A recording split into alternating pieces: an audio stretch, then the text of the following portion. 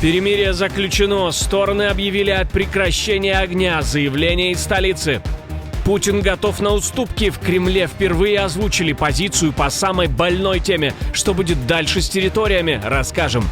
В НАТО заговорили о нападении России на Альянс. Генсек раскрывает секрет, как победить в этой войне и что для этого нужно сделать уже сейчас.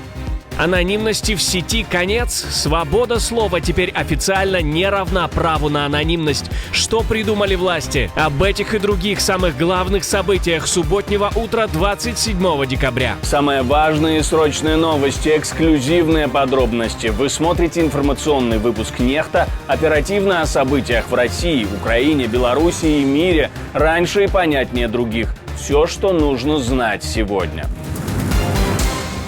Путин готов пойти на уступки в преддверии Нового года и после заявления украинского президента о встрече с американским в Кремле дают понять, торг возможен, но только по тем темам, которые Москва сама считает второстепенными. А все, что для нее принципиально, выводят за скобки еще до начала реального разговора, который состоится когда-то, очень скоро.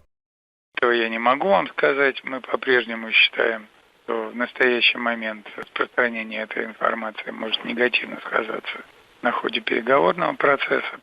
«Коммерсант» пишет, что на заседании Госсовета 25 декабря Владимир Путин много говорил о переговорах с США и Украиной и даже допустил, что частичный обмен территориями с российской стороны тоже не исключен. Но тут же оговорился вопрос Краматорско-Константиновско-Славянского узла не обсуждается. То есть по Донбассу позиция Москвы, по версии издания, остается жесткой. Зеленский заявил, что 20-пунктный план урегулирования войны готов уже на 90%, но его задача – довести до 100. Он говорит, документы постоянно исправляют переговорщики, кое-где уже можна ставить точку, но фінал ще не близько. Ми комунікуємо виключно з американцями, і я думаю, що я це підкреслював, ви про це знаєте. А американці, в свою чергу, комунікують з русскими, і я думаю, ми будемо знати в найближчі дні їх офіційну реакцію. Що стосується чутливих питань, ми будемо обговорювати і Донбас, і Запорізьку станцію, ми будемо обговорювати, безумовно, і інші питання. Ключевой момент. План должен быть четырехсторонним. Украина, США, Россия и Европа. Без России и без европейцев, по его словам, подписывать нельзя. В ближайших личных переговорах во Флориде с президентом США Дональдом Трампом Зеленский хочет обсуждать, как приблизить результат и что делать с давлением. Он сомневается, что Россия согласится и утверждает, что Москва всегда ищет повод сказать «нет». Если Украина предлагает конструктивно, а Россия отказывается, значит, давления недостаточно.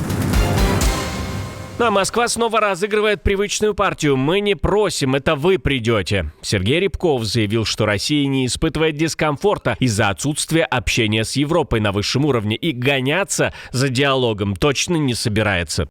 Если речь идет о контактах на высшем уровне, на политическом уровне, конечно, мы сейчас имеем по вине наших противников длительную паузу, но мы не испытываем от этого дискомфорт. Мы не можем гоняться за ними и о чем-то их упрашивать. Это не солидно, недостойно, да и не нужно. По словам зам Лаврова, как только Европа осознает необходимость диалога, Россия будет готова его выстраивать. Рябков добавил, что позиция европейцев, по его оценке, постоянно звучит с трибуны Европарламента и описал ее как атмосферу антироссийского угара. Это была цитата. При этом он дал понять, если в Европе решат, что возможна альтернатива нынешнему курсу, Москва, по его словам, откликнется на всех уровнях. Анонимам в Германии не место. Там снова обсуждают идею, которая неизбежно делит общество на два лагеря. Что важнее, право говорить без маски или возможность быстро пресекать травлю и угрозы?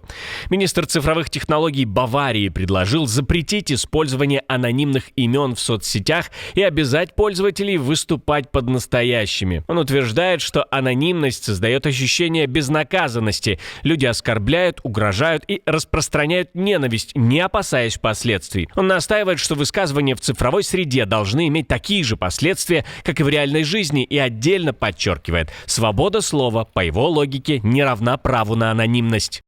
В конце концов, право на свободу выражения мнений не включает право на анонимность. Вы должны отвечать за свои высказывания как в аналоговой, так и в цифровой форме. Инициативу поддержал и бывший председатель Конституционного суда Германии. В качестве фона в материале вспоминают британский случай. В начале декабря в Великобритании мужчину приговорили к тюрьме за сотни оскорбительных сообщений депутату-еврею, в том числе с упоминаниями об убийстве евреев. Неужели появился человек, который может остановить Путина? Тот, кто не даст российскому диктатору напасть на страны НАТО. В Альянсе снова рисуют сценарий, в котором следующий шаг Кремля зависит не от дипломатии и не от красных линий, а от того, насколько больно ему могут ответить. И главный рычаг по этой логике находится совсем не внутри Альянса. Генсек НАТО говорит, что лучший способ не дать Владимиру Путину даже подумать о нападении на любую страну блока — максимально усилить Украину, то есть сделать так, чтобы потенциальная агрессия выглядела слишком дорогой и слишком рискованной. Вторая часть его формулы — деньги и темпы. Рютте подчеркивает, страны НАТО должны наращивать оборонные расходы, иначе сдерживание превращается в лозунг без зубов. Если мы сделаем эти две вещи, мы будем достаточно сильными, чтобы защитить себя, и Путин никогда не рискнет. Но не все члены Альянса воспринимают такую угрозу всерьез. К примеру, внутри Германии на такую картину смотрят иначе. Министр обороны Борис Писториус публично усомнился в сценарии полномасштабной войны России и НАТО. На выходе получается нервный разрыв в оценках. В штаб-квартире НАТО говорят о максимальной мобилизации, а в Берлине о скепсисе к большой войне. И все это сходится в одном. Украина в этой логике остается не фоном, а центральным элементом европейской безопасности. Пугают войной, а сами же кричат, что не хотят воевать. Министр обороны Виктор Хренин заявил, что на западном направлении все напряженно и идет подготовка к войне. Это были две цитаты. Виноваты, по его версии, соседи: Польша, Германия, страны Балтии и НАТО. Он говорит о радикализации, учениях, новой инфраструктуре, модернизации портов и аэродромов, усилении передового присутствия НАТО и называет это не блефом, а подготовкой к боевым действиям.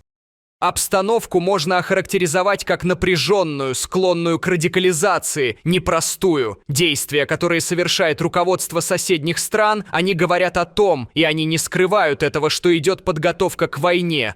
Дальше цифры, чтобы звучало страшнее. Хренин утверждает, что Польша планирует закупить до 1000 танков и 32 F-35, которые могут нести ядерное оружие. А в ответ Беларусь, по его словам, держит на своей территории тактическое ядерное оружие и размещенный комплекс «Орешник», который якобы может быть и в ядерном, и в обычном снаряжении с дальностью до 5000 километров. Я напомню, ни ядерного оружия, ни «Орешника» пока еще никто не видел. Долгосрочные планы наших противников не поменялись. Основное – это, конечно, геополитический передел в регионе.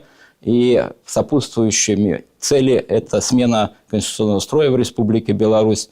Попытка номер 2. И финальный посыл простой. Мы мирные, но если что, ответим. А разговоры о войне, по его словам, нужны Западу, чтобы пугать людей и выбивать бюджеты под оружие. Сердце не выдержало. На фоне чисток в Москве умер Юрий Садовенко, бывший замминистра обороны и один из самых близких людей экс-министра обороны Сергея Шойгу. Издание ТАСС пишет, что причина – болезнь сердца. Ему было 56 лет. Садовенко почти 30 лет шел рядом с Шойгу от МЧС до Минобороны. В мае 24-го его уволили следом за начальником. И примерно тогда же в ведомстве началась громкая зачистка. По делам о коррупции и взятках арестовывали высокопоставленных чиновников и генералов. Мяч на стороне Токио. В МИД РФ заявили, что отношения России и Японии продолжают деградировать и дали условия для возобновления контактов. Японским властям нужно отказаться от враждебной линии и подкрепить это предметными шагами. Была отмечена важность усилий с японской стороны в целях сохранения накопленного в прошлые годы позитивного багажа двусторонних связей, которые продолжают деградировать вследствие избранного официальным Токио недружественного курса в отношении России. В министерстве добавили, что японскому парламентарию изложили российские подходы к международной и региональной повестке и практическим аспектам взаимодействия с Японией. То есть сигнал простой: диалог возможен, но только если Токио, по версии Москвы, первым свернет нынешний курс. Напомню, что после окончания Второй мировой войны полноценный мирный договор между странами так и не был подписан. Перемирие заключено, стороны объявили о прекращении огня. Министр обороны теперь присоединится к переговорам. Цель — договориться о новом перемирии на фоне боев между Таиландом и Камбоджей, которые, по данным сторон, уже унесли как минимум 98 жизней и лишили дома более 500 000 человек. Я надеюсь, что это станет окончательным подписанием, чтобы в этом районе воцарился мир и люди смогли вернуться в свои дома. Я надеюсь, что министр обороны разделяет эту точку зрения. Таиланд и Камбоджа пытаются склеить соглашение по лекалам прежней сделки, которую помогал продвигать президент США Дональд Трамп после июльского обострения. Но то перемирие сорвалось в начале декабря, и теперь переговоры идут прямо на погранпереходе, пока фронт растянулся вдоль спорной границы от районов Лаоса до побережья. Создать конкуренцию Маску не получилось, но могло рвануть знатно. Хотели запускать уже в пятницу, но старт снова уехал вправо. Первый тестовый пуск «Союза-5» с Байконура по программе «Байтерек» отложили. Роскосмос говорит, что нужны дополнительные проверки бортовых систем и наземного оборудования, чтобы все работало устойчиво и в штатных, и в нештатных режимах. Это решение носит технический характер. Оно отражает взвешенный подход участников, ориентированный на долгосрочную надежность, безопасность и успешную эксплуатацию создаваемого комплекса. Теперь официально звучит новая цель – первый квартал 2026 года, хотя еще летом обещали уложиться до конца 2025-го. Ирония в том, что «Союз-5» позиционировали как российский ответ ракетам SpaceX, но пока получается классика Байконура – не полет, а бесконечная подготовка на фоне свежих сбоев, от недавнего обрушения на стартовом комплексе до переноса Протона-М из-за найденного несоответствия в разгонном блоке. Отдельное спасибо, что досмотрели до конца. Спасибо за ваше доверие. Жду развернутых комментариев, лайков и репостов. Это важно, чтобы нас становилось больше. На этом пока все. До новых встреч и хороших вам новостей.